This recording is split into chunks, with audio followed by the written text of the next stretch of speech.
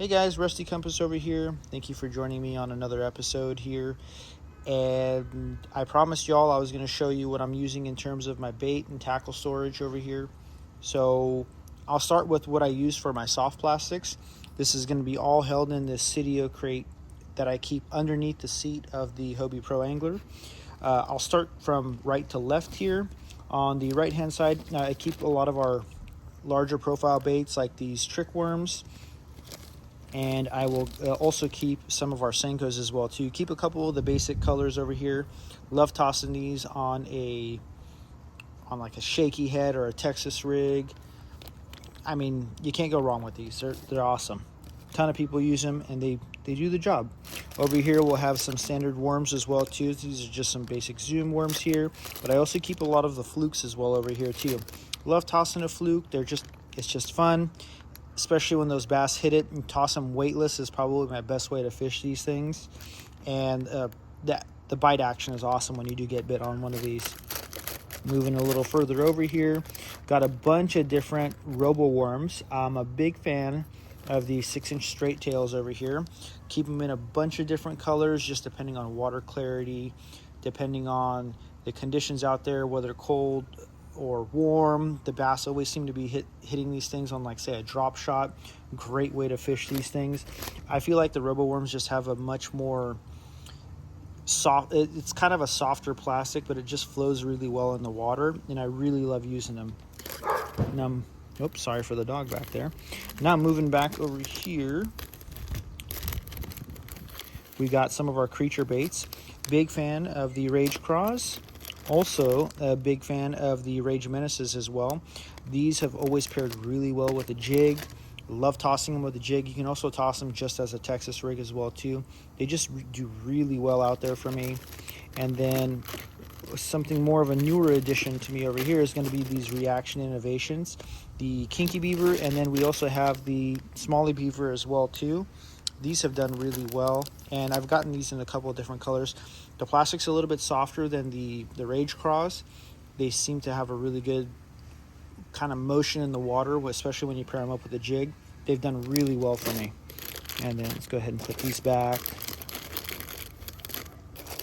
And let's see here. Sorry for the noise in the background, guys. And over here, all the way over to our left, we're going to have a lot of the smaller profile baits. Love tossing the Alive Shads from Robo Worm too. These are great, again, on a drop shot. One thing that I've recently discovered has been these Damiki Armor Shads. They come in a bunch of different colors in the lakes around here.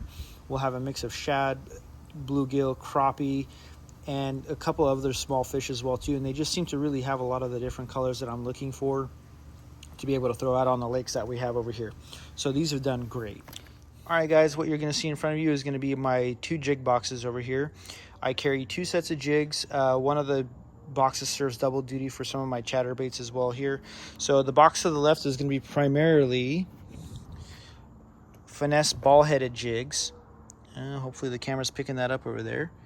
Let's try here. There we go. Okay, so I'm primarily carrying these bad boys, carrying in a bunch of different colors. Love fishing a jig, love dragging a jig on bottom. That's my favorite way to fish it, and does really well. And these finesse ball-headed jigs, oh, there's a football one in there, mixed in there, but it's okay. I'll fix that later. The finesse-headed jigs just have a different presentation. They have a slightly thinner skirt on there. I'll go ahead and I'll pull one out here so you can see. So you see they'll have a cut skirt there. And they just have a really nice presentation in the water. They'll kind of stay up sometimes too, and that will really, if you're running a trailer on there, it'll do really good with the trailer. Okay, and here we have our other jig box. This is going to be more of my traditional jig box in terms of football-headed jigs. Toss a lot of 3/4 ounce, 1/2 ounce, as well as 1/4 ounce jigs as well too. Obviously the difference between this and the finesse-headed jigs is they have a lot more of that skirt material on there.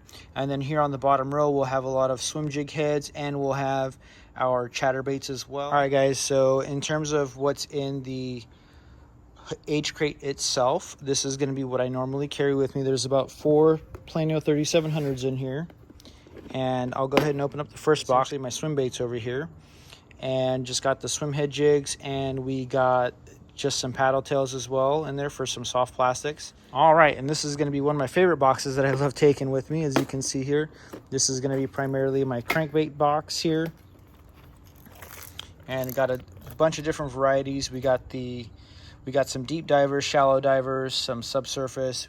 Again, I always take this out with me. I don't know of a time that I've gone without a crankbait.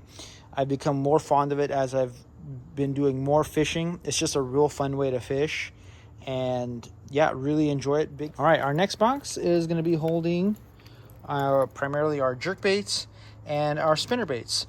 Nothing flashy here, just some basics over here to just kind of cover as some colors, sizes, noises. Same thing with the spinner baits as well too. And this is primarily going to be my topwater box. Now I do carry some blade baits in here as well as you can see some of the larger profile baits, some swim baits over here.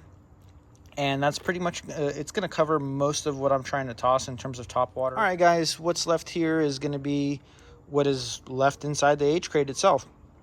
So we got a couple of soft plastics over here. Then I also have here a couple of crankbaits that are left in their boxes that I just haven't found the need to really open up. So the two other boxes that we see over here is actually going to be what holds pretty much all of my terminal tackle. And I'll go ahead and I'll open this up here. You can see here, this primarily holds my Texas rig here over here and all the hooks that I would need for it. And it does a really good job of holding all that in there in those little individual areas. And then over here is going to be more of my finesse box. This is going to have my drop shot weights, going to have my drop shot hooks, as well as any of my Ned rig weights as well too. If I'm trying to wacky rig something, I got the equipment in there to also wacky rig. Some of it's been misplaced, but I'll get all that stuff sorted back up over there. And that's pretty much where I keep all of my terminal tackle. All my hooks, weights, everything is going to be just between these two boxes. All right, guys, that's going to do it for this episode. Thank you for watching and thank you for joining me. You can see kind of how everything just really fits into those boxes over there. And that's pretty much how I take everything with me out on the water. Again, thanks again for watching. If you enjoyed the content, feel free to watch some of the rest of the stuff on the channel, and hope you guys enjoyed. Thank you.